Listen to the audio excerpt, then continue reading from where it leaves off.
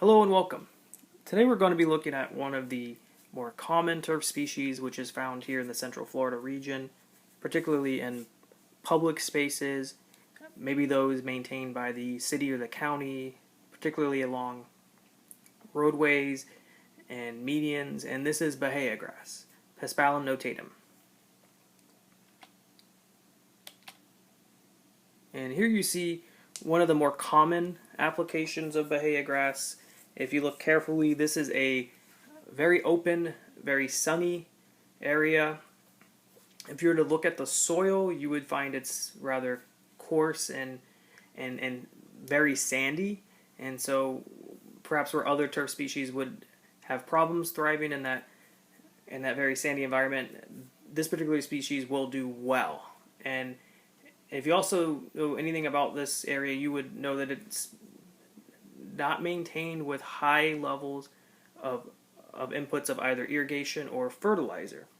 And so while this is maintained, they do mow it regularly, and it is fertilized upon occasion.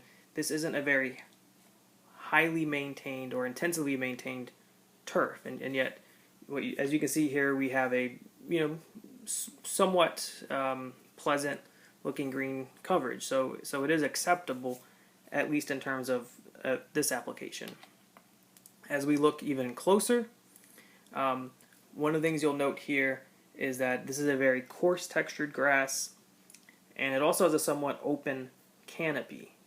And these would both be counted as detractions away from the appeal of Bahiagrass. And this is why, for very high value commercial applications or even most residential applications, many homeowners or many customers may not accept Bahiagrass as an appropriate turf just because it doesn't quite give them the fine texture or the dense coverage that they would expect from an area of turf which they pay to have professionally managed.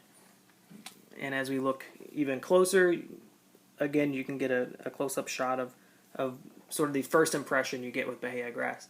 Again, you can see a pointed leaf tip, a relatively open canopy, and an overall coarse structure.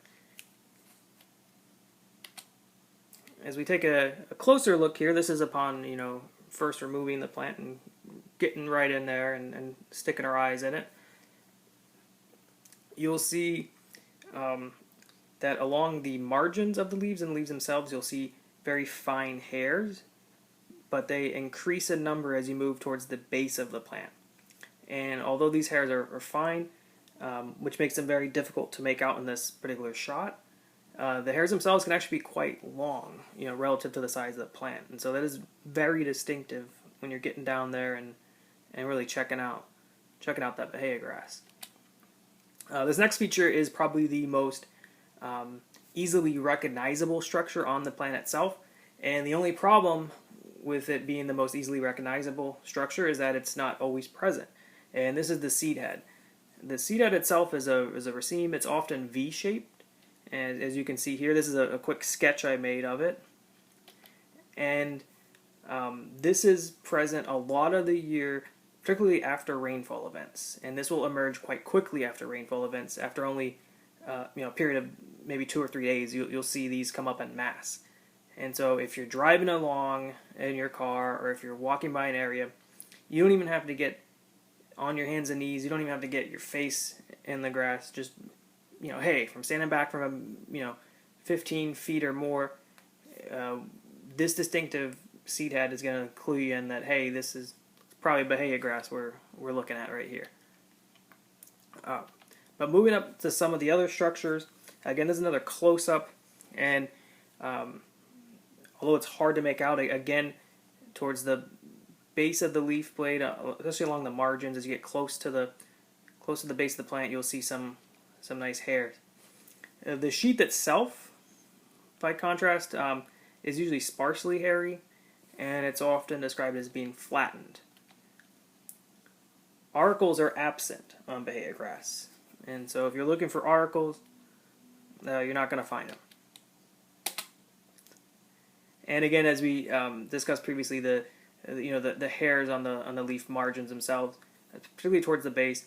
But in actuality, if you look on the surface of the leaf blade itself, you'll find hairs on quite a bit of that leaf blade. As we look here, we're starting to get into the sort of the meat and the bones of the plant.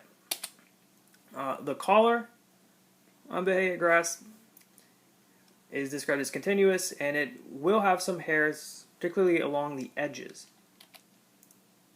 The ligule is often described as short and membranous, although in actuality it may often be absent or very difficult to see. And I got a few shots here, and although there are limitations with the camera, obviously, in getting close, it's non-existent. There's really not a ligule to speak of. Here we have the leaf blade, and as mentioned earlier, it is pointed, and it is actually very sharply pointed at that. And you may not be able to make this out, but this is actually a good shot to show some of the characteristics of the hair along that leaf blade, because as you look at sort of the top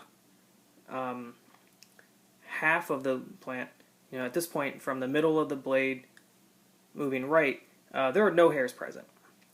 And as you split that leaf blade in half, now you're moving to the left, and as you slowly progress, you're going to see more and more and more hairs as they increase in density. Here's a shot of the vernation of Bahia grass. And this is not actually a good feature to use for identification, if only because vernation is often described as being rolled and folded, and you may see both types on the same plant.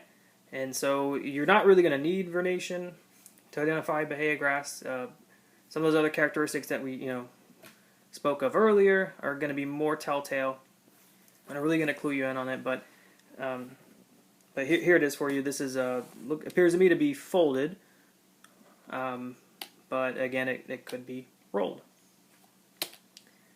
And now we're going to go below the surface, so to speak, and look at some of the root structures. And you'll see some of those beautiful roots there, but you'll also see a very thick, almost woody rhizome.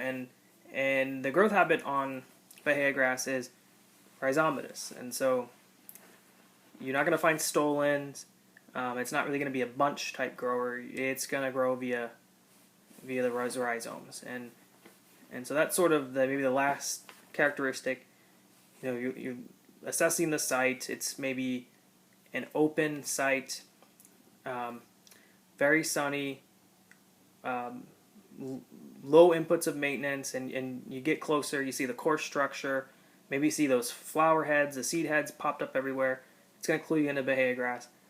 But if that's not the case, look closely at some of the other structures, get down there, rip up some of the grass, see that it has rhizomes, and hopefully those and some of the other features that we discussed here will help clue you in that, hey, in this case, I'm dealing with Bahia grass. And that is all. So I hope you enjoyed the feature. It was great producing this for you. So I hope it was as much fun to watch as it was to make, because it was a blast.